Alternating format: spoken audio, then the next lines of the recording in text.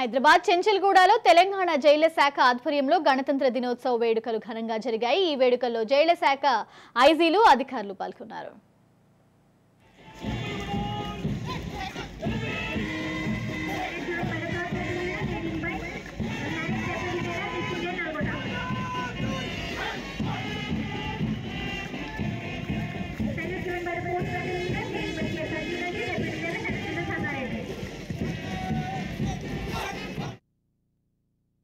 And keeping with the times, updated security measures try cheyadaniki oka futuristic prison model lo we will be trying to make some new changes and new developments.